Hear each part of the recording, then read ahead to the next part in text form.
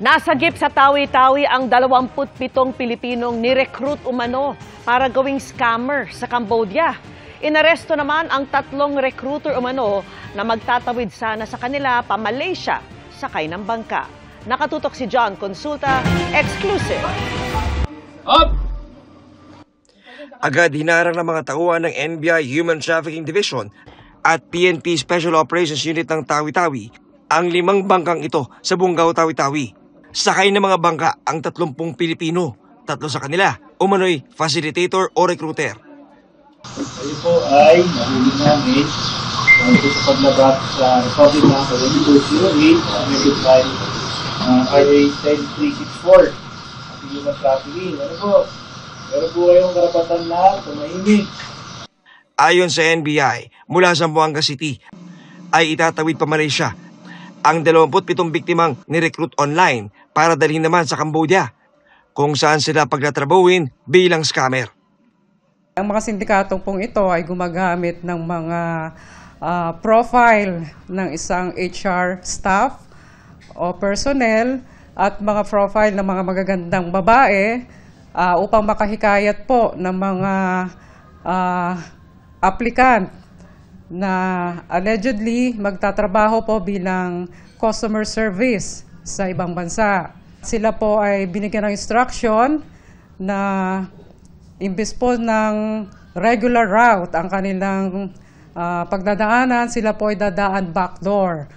Ayon sa NBI, ito ang kauna-unahang pagkakataon na may naarestong facilitator na nagre-recruit ng ating mga kababayan para magtrabaho sa mga scam hub sa ibang bansa. Sinusubukan pa namin makuha ang panig ng 3 inaresto.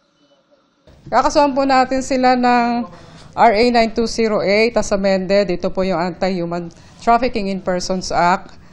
Qualified po ito considering sa dami po ng mga na-rescue nating mga victims. Ang mga biktima naman, dinala na sa Zamboanga City. Wag na po natin patulan itong mga offer po online na magtrabaho bilang customer service sa ibang bansa.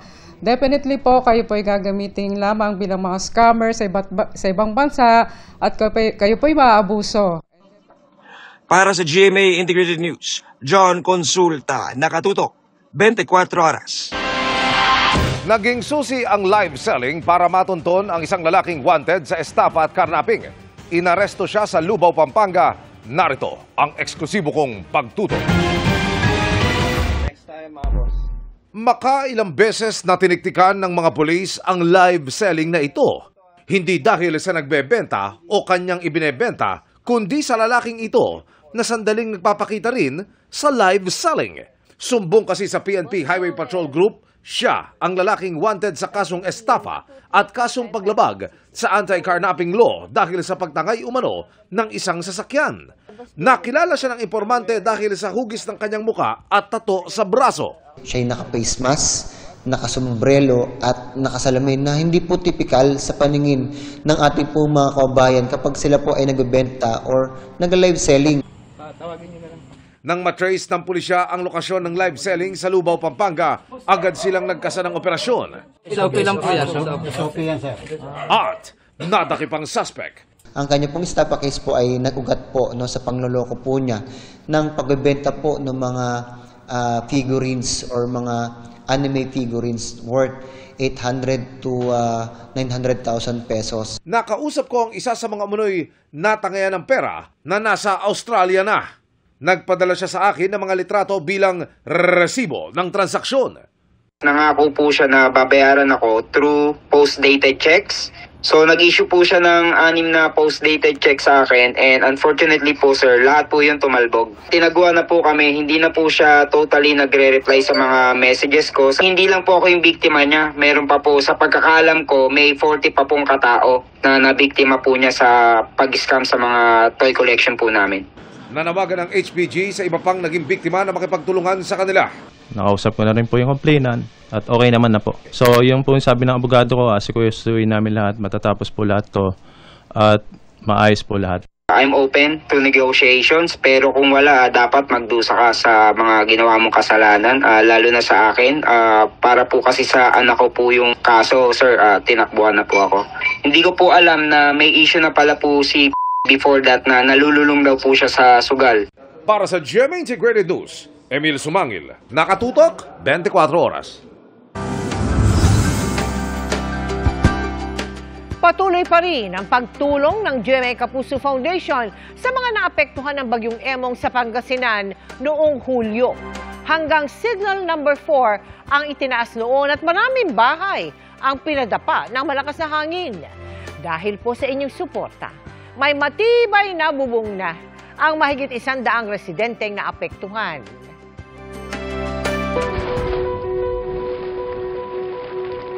Sa mga natatanging rock formation na Hugis Payong, tinawag na Home of the Umbrella Rocks ang bayan ng Agno sa Pangasinan. Kung ang payong ay nagsisilbing pananggalang sa ulan at init, kasalungat naman ito ng sitwasyon ng mga residente noong nagdaang Bagyong Emong. Ang single mother na si Nomi, wala nang maayos na masisilungan. Ano po nung palakas pa yung ulan, hangin po, na po kami sa kabilang bahay. Kinaumagahan po, kita namin ganito na po yung itsura ng bahay po. Pagsakta po yung bubong. Sa bayan naman ng Anda, nasira ang bahay na mag-inang Mercy at Grace. Pinadapa ng malakas na hangin ng kusina ni Mercy. Yung kusina din po namin na totally po na nag-collapse. Lahat ng mga gamit po, mga damit, pumasok po kasi yung tubig, ulan, kaya nangababasa po. Naghati ng GMA Kapuso Foundation ng yero, kahoy at roofing materials sa 160 residente sa bayan ng Agno, Anda at Bani sa Pangasinan. At ang pinili ho natin ng mga materyales de kalidad, makapal ho na yero at saka good lumber para talagang matibay ang mga bubong.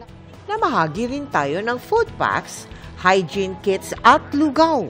Masaya po kami kasi nakikita nga namin na kung saan po napunta ang fund na na-donate po namin sa Kapuso Foundation. At nakikita rin po namin ang mga families that were actually affected. Kasama rin natin ang Engineer Support Company ng 51st Engineering Brigade, Philippine Army sa pagpapagawa ng bahay ng beneficiaries. Sa mga nais makiisa sa aming mga projects, maaari po kayo magdeposito sa aming mga bank account o magpadala sa Cebuana Luwalier. Pwede ring online via GCash, Shopee, Lazada at Globe Rewards.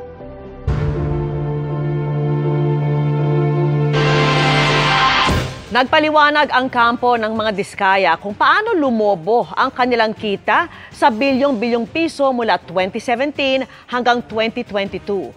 Nilinaw rin nila na hindi sabay-sabay mag-bid ang siyam nilang kumpanya taliwas sa nabanggit ni Sara Diskaya sa pagdinig ng Senado. Nakatutok si Mariz Umali.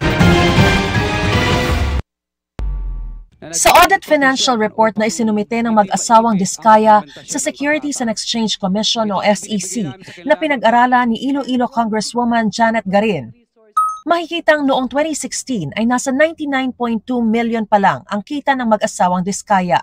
Pero pagdating ng 2017, lumobo yan ng 942% at naging mahigit 1 billion pesos na. Tumaas pa yan sa 12 billion pesos noong 2018 hanggang maging 13.5 billion pesos noong 2019. Bahagya lang yang bababa sa 11.6 billion pesos noong 2020 kung kailan tumama ang COVID pandemic. 2021, umakyat ulit ang kinita nila at naging 16 billion pesos bago pumalo pa sa 20 billion pesos noong taong 2022. Pinakita ko na habang tayo'y nasa pandemya, marami naman palang pera, ba't pa tayo nangutang? Kaya sila gumawa ng napakaraming kumpanya because by the start of 2015, nagka-idea, 16, 17, 18, 19, 20, 21, until 2022, dun bumaha. And the figures that I was showing was the revenue from construction of government projects, national government projects, excluding local.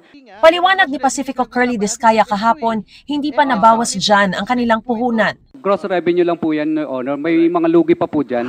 Paliwanag naman ngayon ng kanyang abogado na si Attorney Cornelio Samaniego III. Yung mga sinasalihan nilang proyekto, malalaki. And take note, yung siyam na kumpanya, quadruple A lahat. Kung qualified siya at siyang nakakuha, definitely magkakaroon ng income. Nilinaw din ng abogado ng mga Diskaya ang nabanggit ng kanyang kliyenteng si Sara Diskaya sa Senado na sabay-sabay kong mag-bid sa isang proyekto ang kanilang mga kumpanya. Hindi ho sabay-sabay. Rattled si ma'am noon sa Senate Pagod na, walang tulog, pressured. Normal ho yun sa isang tao na hindi saray sa ganyan. May dagdag paliwanag din ang abogado sa kung bakit walang nabanggit ang mga Diskaya nang tanungin ni Batangas Representative Jervy Luistro kung mayroon din bang mambabatas na nanghingi ng kickback sa kanila noong panahon ng nagdaang administrasyong Duterte. Lalo't yan din ang panahon kung kailan din lumobo ang kita ng mga Diskaya. This only shows, Mr. Diskaya, that the revenue that you are generating during the former administration, 2016 to 2022, is bigger than the revenue that you are generating under the current administration. Sabi ni Ginoong Diskaya kahapon, may mga nanghingi pero hindi aniya natutuloy dahil pinapadyaryo niya umano. Kaya hindi na niya isinama ang mga ito sa sinumpaang salaysay na isinumite sa Senado. Wala naman pong nanghihingi sa amin, kaya mapapansin niyo po, ang nakalista lang po dito ay during lang po, sa 2022 lang po. Sabi naman ng abogado nila ngayon, pero ang sentro kasi ng pagdinig natin sa Senado, sa House of Representatives through the TRICOM, ay yung pong nangyaring flood control anomalies from July 2022 hanggang itong kasalukuyang panahon. Bakit naman tayo lalabas at lalagpas? So, hindi naman po selective memory. Gayunman, handaan niyang pangalanan ng mga Diskaya ang iba pang sangkot sa questionableng flood control project kung iuutos ng Kongreso. Walaan niyang ghost project ang mga Diskaya. Pag-uusapan pa raw ng Infrastructure Committee kung kailan nila itatakda ang susunod na pagdinig, kung saan iimbitahan daw muli ang mga Diskaya at iba pang mga personalidad na lumutang sa pagdinig kahapon. Para sa GMA Integrated News, Mariz Umali nakatutok, 24 oras. Magandang gabi mga kapuso. Ako po ang inyong Kuya Kim na magbibigay sa inyo ng trivia sa likod ng mga trending na balita. Nang buksan ng isang babae ang napitas nitong papaya sa kanilang bakuran sa Laguna, nagulat siya sa kanyang nakita. Ang mga buto kasi nito tumubo na sa loob mismo ng bunga. Papayag ka bang kumain ng papaya kung ganito ang kanyang itsura? Ang mga buto nito sa loob tumubo na parang mga toge. Taray, may sariling ecosystem sa loob. Buti na buksan mo na po kaagad kasi kung bukas pa po, baka namunga na sila dyan. Ang viral papaya, pinitas daw ng ina ni Mary Grace sa kanilang bakuran sa San Pablo City, Laguna. Hinog na po siya. Tapos po nung i-open po namin siya, nagulat po kami kasi meron siyang mga stem-stem. Na-amaze kami, gawa ng first encounter lang din po namin yun. Ang tanong, ligtas mo bang kainin ang papaya? Kuya Kim, ano na? Hindi normal na tumubong buto ng isang prutas habang ito'y nasa loob pa ng bunga. Ang tawag sa fenomeno na ito, vivipary. May iba't ibang dahilan kung bakit nangyayari ito. Una, kapag sobrang hinog na ng bunga. Pangalawa, kapag ang prutas ay hindi nakain agad o naimbak na maayos. Nakaka-apekto rin dito ang klima at humidity sa paligid. Tutubo din yan kasi may hangin naman at saka may moisture. Panghuli, genetic factor. May ilang varieties kasi ng prutas na mas prone sa vivipary. Sa mga hybrid, kadalasan doon nangyayari yung ganyan nga mauna mag-mature ang seeds at saka huli yung pagkahinog ng pulp. Sa tanong naman kung ligtas pa rin ba itong kainin, ang sagot, oo. Basta't siguraduhin lang na hindi pa ito nabubulok o hindi pa ito amoy panis. Dapat wala rin itong amag o sirang bahagi. Mainam din na tanggalin muna ang tububong buto dahil maaring may kakaiba itong texture o lasa. Bagay daw na ginawa niya na Mary Grace. Sineparate po namin siya at matamis naman po. Hindi naman po siya malata. Habang ang mga nakolekta naman daw nilang tububong buto. Ibinusbus lang din po ng mother ko dyan kasi madami naman po kaming papaya tapos sisibol na lang din po siya. Pwede itanim na yung mga tumutubo na buto. Ang mga buto ng prutas karaniwang makikita sa loob nito. Pero alam niyo bang may mga prutas na nasa labas ng buto?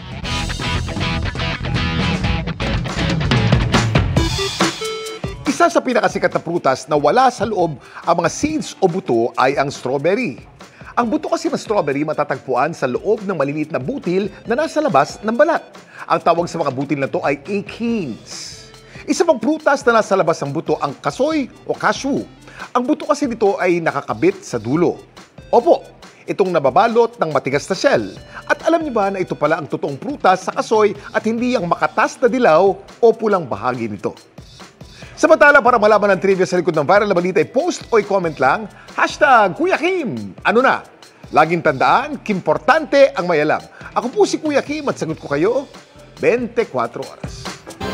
Ultimo C5 tunnel sa Taguig, pinaradahan at ginagawang pahingahan ng ilang driver. Bagay na delikado dahil baka hindi mapansin ng mga dumaraang sasakyan ayon sa MMDA. Kabilang yan sa mga sagabal sa kalsada na inoperate nila kanina. Nakatutok si Oscar Oida. Bangketa cleanup ang ikinasa ng MMDA Strike Force sa Kalayaan Avenue, partikular sa may palengke. Pinagkukuhan nila ang crate, tray at iba pang harang sa dapat sana'y daanan ng mga tao. We cannot sacrifice yung mobility ng mga sasakyan. And of course, ang mas priority po natin dito, yung mga pedestrian na naglalakad po sa bangketa. Meron din namang tila nahiya at nagkusang linisin ang harap ng kanilang mga pwesto. Hinatak naman ang mga sasakyang illegal na ngang nakaparada, unattended pa. Sa C5 southbound service road sa Taguig, tinanggal ang mga illegal stall sa ilalim ng elevated U-turn na tambayan na rin ng mga rider. Sa C5 tunnel naman, nahuli ang mga driver ng jeepney at closed van na ginawang pahingahan ang lugar. Yung van nga, naabutan pang nag-unload ng mga karga. Maling-mali po ito. Lalo-lalo mga tunnels, madilim po ito. Baka magkaroon pa po ng any road crashes or mga aksidente. May mga private car ding illegally parked at unattended sa service road. Na alternatibong daan pa naman pag rush hour. Next target, ang Chino Roses Avenue Extension kung saan pinunteriya ang mga negosyong umabot na sa bangketa. Katulad nitong car wash na sa mismong daan pa naglilinis. Ang mga sabon, it can maaari magkaroon po ng hazard or risk sa ating mga pedestrian dahil madulas po.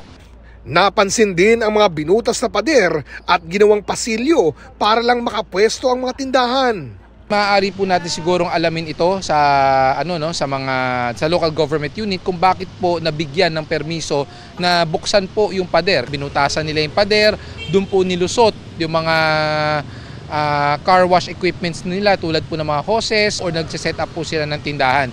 Kung titingnan po natin yung orientation, hindi po dapat may bukana doon. It should be closed. That's why it's a wall, no? Kaugnay naman ang dating istasyon ng pulis na nakatirik pa rin sa bangketa sa lugar. Handa raw tumulong ng MMDA sa pag-alis nito kung ipakikiusap ng lokal na pamahalaan. Patuloy naman namin kinukunan ng pahayag ang pamahalaang lokal ng Taguig kaugnay nito. Para sa GMA Integrated News, Oscar Oida, nakatutok, 24 oras. Hiniling ng DPWH sa Justice Department na isyuhan ng Immigration Lookout Bulletin Order sina dating DPWH Secretary Manuel Bonoan, dating DPWH Undersecretary Roberto Bernardo at Candaba Mayor Rene Maglanque at kanilang mga anak.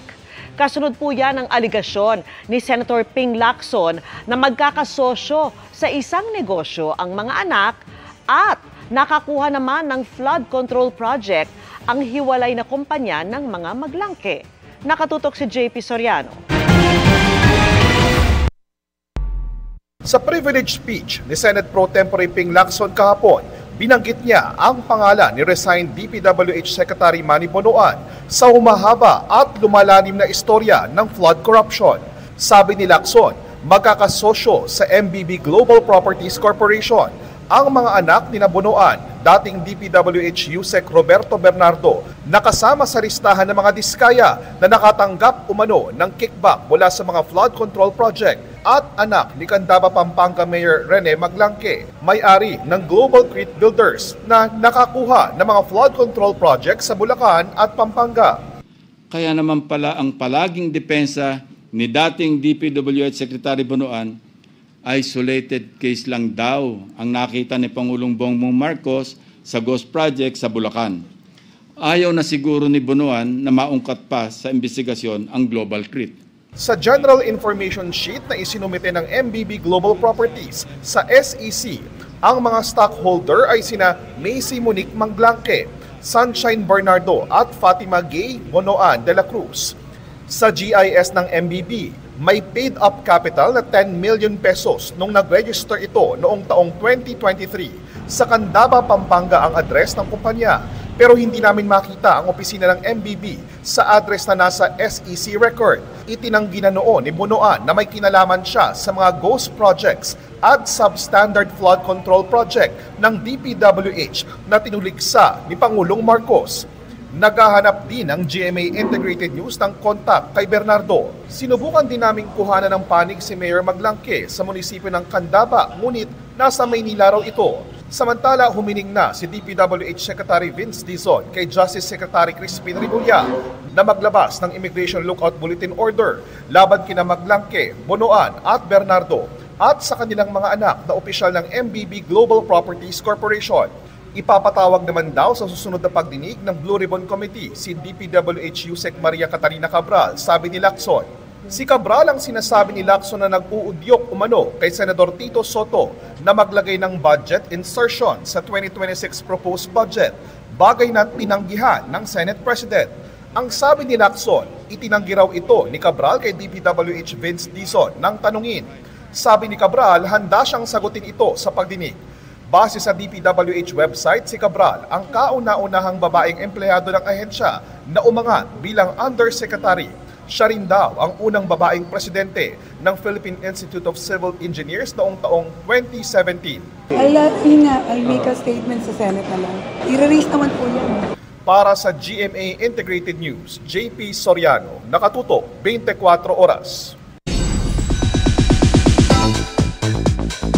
Super cool na behind the scenes ang ibinahagi ni Rian Ramos sa mainit na tunggalian nila ni Glyza De Castro sa Encantadia Chronicles Sangre. Bukod sa pinaghandaang fight scenes, may isa pang pinaghandaan si Rian. Ichichika yan ni Aubrey Carampel.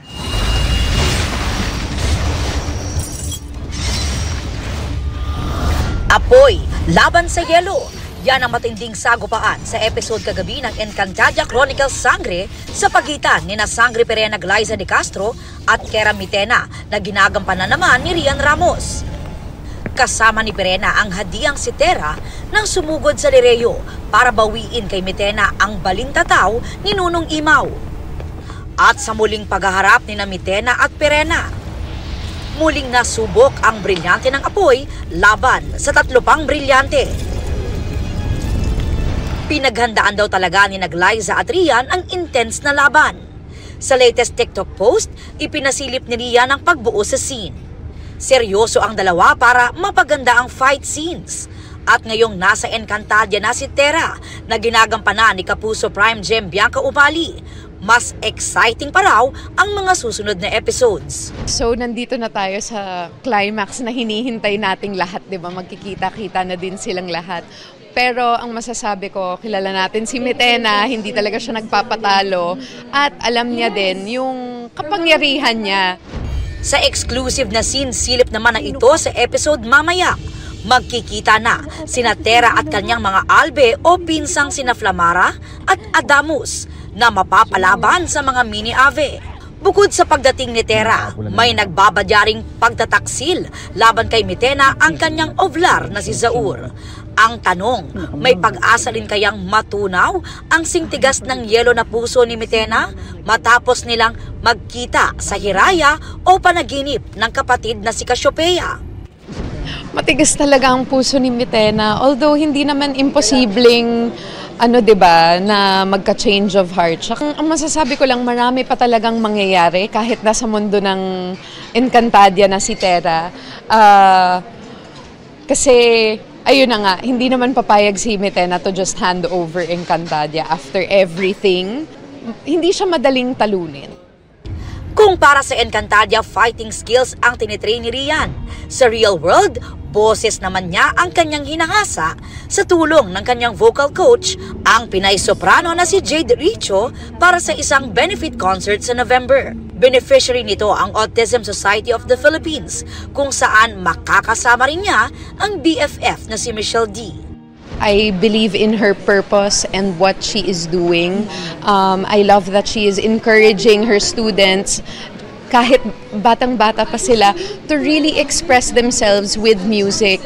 And I also love na she's giving confidence to kids on the spectrum as well, na sila yung nagiging star of the show. Aubrey Carampel, updated sa Showbiz Happenings. is my chika this Wednesday night. Ako po si Iya Arellano. Miss Mel, Miss Vicky Emil. Thanks, Iya. Salamat, Iya. Thanks, Iya. At yan ang mga balita ngayong Miyerkules. Ako po si Mel Tiangco. Ako naman po si Vicky Morales para sa mas malaking misyon. Para sa mas malawak na paglilingkod sa bayan, ako po si Emil Sumangil. Mula sa GMA Integrated News, ang News Authority ng Pilipino. Nakatuto kami 24 oras.